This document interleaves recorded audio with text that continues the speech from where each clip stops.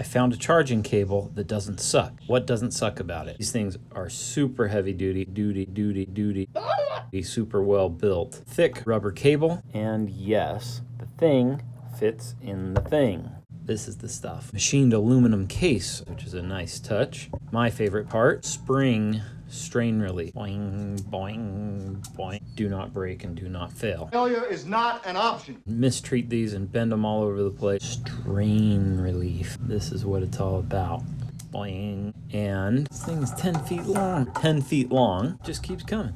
It just keeps. Don't buy this. You could buy this. Get that trash out of my crazy.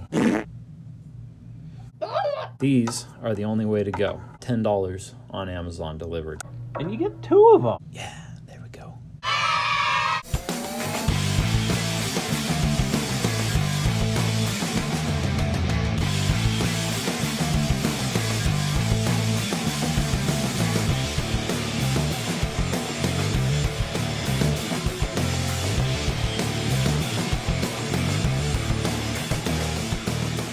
Good.